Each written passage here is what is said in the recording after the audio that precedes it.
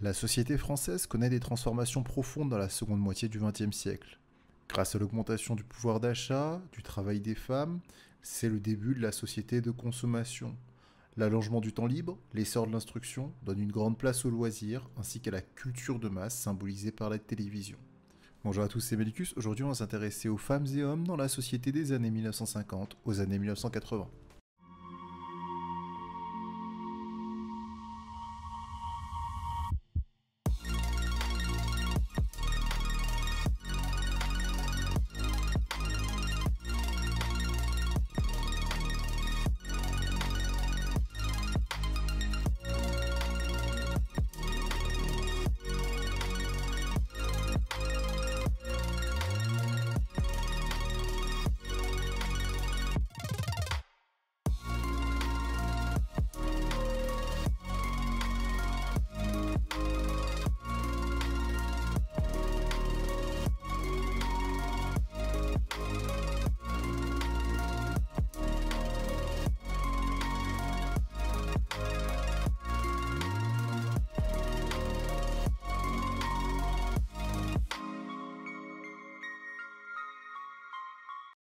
Partie 1. Femmes, jeunes et immigrés dans la société. La population active se féminise, mais les femmes restent moins payées que les hommes. Les femmes finissent donc par s'émanciper. Le corps de la femme reste au centre des débats, avec la mise en place d'habits comme les robes ou les jupes. On peut évoquer le styliste André Courrèges qui crée une mode fonctionnelle avec des lignes inspirées de l'architecture, dans un style assez futuriste. C'est le promoteur de la mini-jupe et du pantalon pour les femmes. Les femmes travaillent, que ce soit pour faire lavage, repassage, mais aussi dans certaines usines, elles deviennent des femmes ouvrières. Et enfin, vous avez des éléments très importants qui arrivent, comme la loi sur l'IVG, l'avortement, avec Simone Veil, personnage très important de cette période, qui va défendre ce projet de loi sur l'avortement à l'Assemblée en 1975. L'avortement, c'est tout simplement lorsque vous attendez un enfant, eh bien, on interrompt de manière provoquée ou naturelle cette gestation, c'est ce qui provoque en général une fausse couche. Jusqu'en 1975, la France s'ouvre aux travailleurs immigrés pour faire face aux besoins de la reconstruction. Les immigrés sont malheureusement victimes de racisme. En effet, dans cette période que l'on nomme les 30 Glorieuses, de 1945 à 1973, période de plein emploi, l'État, il organise l'immigration du travail. Les jeunes Français issus de l'immigration vont dénoncer dans les années 80 leurs conditions de vie, le racisme, ainsi que la montée du Front National. On peut évoquer le bidonville de Nanterre dans les années 1950, et on sait qu'au milieu des années 1960, plus de 40% des Algériens en France vivent dans des bidonvilles. On peut évoquer ici le témoignage de Noureddin Agoug, un fils d'immigrés algériens, qui évoque justement les premières années en France, où il fait comprendre que la vie a été très dure, notamment pour son père, et que sa première victoire, notamment la première victoire de sa mère, c'est d'avoir obtenu un HLM. Il s'appelle La Sauvagère, en 1965, ils habitent enfin dans du dur, et il est dit, on était des gosses d'origine algérienne, italienne, espagnole, ce qu'on veut, mais surtout des enfants d'immigrés. Donc il y a vraiment un regroupement dans ces banlieues et dans ces HLM, ces habitats à loyer modéré, qui ont été faits justement pour les travailleurs qui n'ont pas énormément de moyens, et bien une population d'immigrés très importante. Vous n'aviez pas de travail en Grèce? Oui, mais il y en a travail, pas beaucoup le pays. Pas beaucoup d'argent. Oui. Et ici, ça vous suffit ce que vous gagnez? C'est pas beaucoup, mais un petit peu plus. À l'usine, sur le chantier, un ouvrier sur 3 n'est pas français.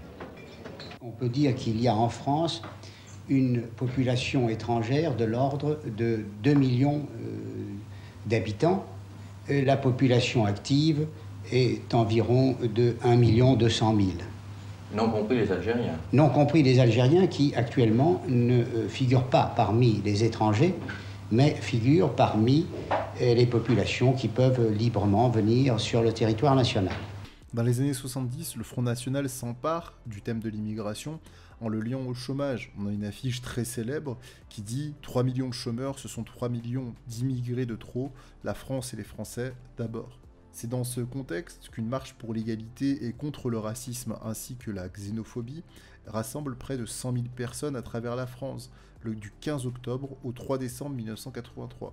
Il s'agit de la première manifestation nationale d'immigrés et de jeunes Français issus de l'immigration en France. Enfin, durant cette période, la population française augmente et rajeunit grâce à ce que l'on appelle le baby boom, une période de forte natalité de 1942 aux années 1970. En mai 1968, un mouvement social de masse, grève et manifestation, est enclenché par la jeunesse étudiante parisienne, suivi par tout le mouvement ouvrier. Les revendications sont tournées contre le pouvoir gaulliste en place, elles révèlent de nouvelles aspirations de la jeunesse. Partie 2, vivre et penser autrement.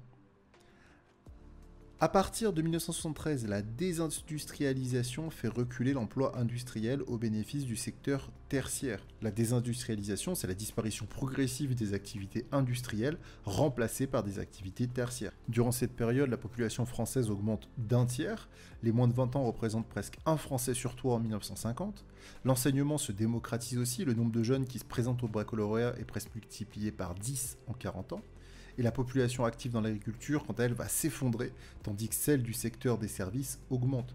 La féminisation de la main-d'œuvre est très nette. On parle de modernisation.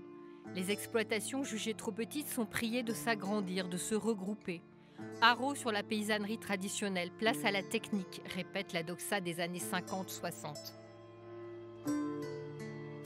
Les lois agricoles de 1960 et 1962 ont prévu un plan de reconversion qui devrait permettre, en principe, à notre pays de disposer dans 20 ans d'une paysannerie jeune, bien formée, installée sur des domaines suffisamment grands. Cadre de vie, accès à la propriété, taux d'équipement des ménages, etc.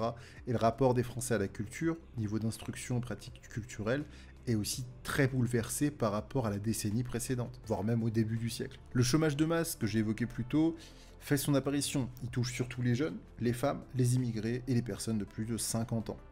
Les Français s'enrichissent et entrent dans ce que l'on appelle la société de consommation, une société dans laquelle les consommateurs sont poussés à consommer en grande quantité. La publicité fait aussi son apparition de manière très importante. On peut parler par exemple de la publicité pour la Renault 4, où elle super marche bien. Ça démontre bien aussi la présence, voire même l'omniprésence des supermarchés ou des hypermarchés. Le premier va ouvrir en 1963. La part de l'alimentation dans le budget des familles va reculer au profit du logement, de la santé, des transports, des loisirs, avec des produits phares comme par exemple l'automobile ou encore la télévision. Mais il y a aussi des exclus qui sont en dehors de cette société de consommation, n'ayant tout simplement pas les moyens. Avec l'allongement des congés payés, les vacances vont aussi se démocratiser. Vous allez avoir les premiers bouchons qui vont faire leur apparition aussi à ce moment-là. La famille va aussi changer, le mariage va reculer et le divorce va augmenter. L'influence des syndicats et des partis politiques va diminuer. L'individualisme s'impose dans les années 80. Une culture de masse se développe aussi, que ce soit par le livre de poche, le cinéma, la radio, la télévision. Une culture assez jeune naît dans les années 1960. On peut par exemple parler du jerk, une danse individuelle au mouvement libre qui est né aux États-Unis dans les années 60, qui peut être représenté par des jeunes dans les Alpes-Maritimes en 1966.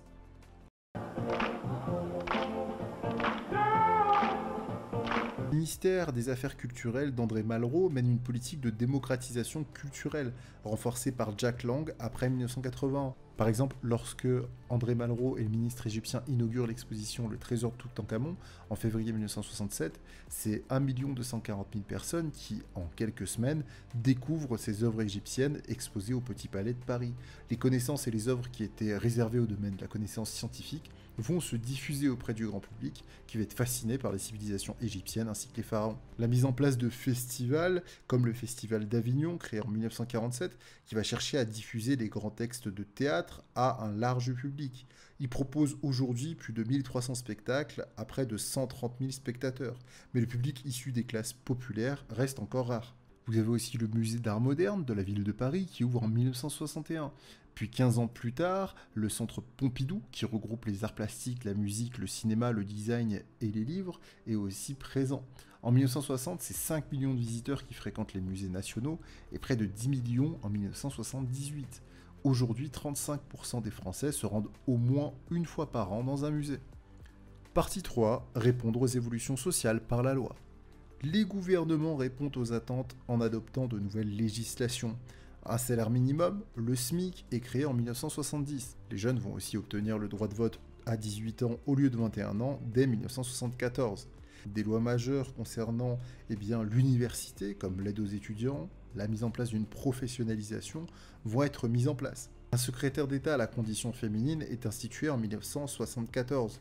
Que ce soit le droit à l'avortement et à l'égalité professionnelle, ça ouvre la voie à l'émancipation des femmes. En effet, à partir de 1950, les femmes françaises conquièrent progressivement des droits politiques, leur place dans la société va changer, que ça va devenir des figures intellectuelles, politiques. Le parcours de certaines femmes témoigne justement de cette émancipation progressive dans cette seconde moitié du siècle. On peut d'abord citer Simone de Beauvoir, une philosophe qui est auteure du Deuxième sexe en 1949 et qui rédige le Manifeste des 343 en 1971. L'ouvrage, le Deuxième sexe, avait été écrit dans un but encyclopédique mais finira par être assez vivement contesté. Il est aujourd'hui une des références majeures de la philosophie féministe. Le Manifeste des 343, quant à lui, c'est une pétition parue le 5 avril 1971 dans le Nouvel Observateur qui appelle à la législation de l'avortement en France, en raison notamment des risques médicaux provoqués par la clandestinité dans laquelle il est effectué. Françoise Giroud, c'est le deuxième personnage important, une femme politique, une journaliste, une académicienne. Elle est secrétaire d'État chargée de la condition féminine de 74 à 76 et secrétaire d'État à la culture de 76 à 77. Les femmes commencent à avoir un poids politique très important. Simone Veil, enfin, une femme politique, ministre de la Santé de 1974 à 1979, qui fait voter la loi sur l'IVG, l'avortement, en 1975. Et enfin, on peut aussi parler d'Yvette Roudy, une féministe, ministre socialiste des droits de la femme entre 1981 et 1986, qui fait adopter la loi Roudy sur l'égalité professionnelle homme-femme en 1983. Voilà, c'est tout pour moi. Je pensais pas que cette vidéo allait être aussi longue, mais voilà, elle était très importante. J'espère que vous avez pu apprendre pas mal de choses et que vous avez des questions que vous me poserez en commentaire. Je vous remercie encore une fois d'avoir suivi cette vidéo. Je vous dis à la prochaine pour les aventures. C'était Melicus. Prenez soin de vous. Ciao, ciao.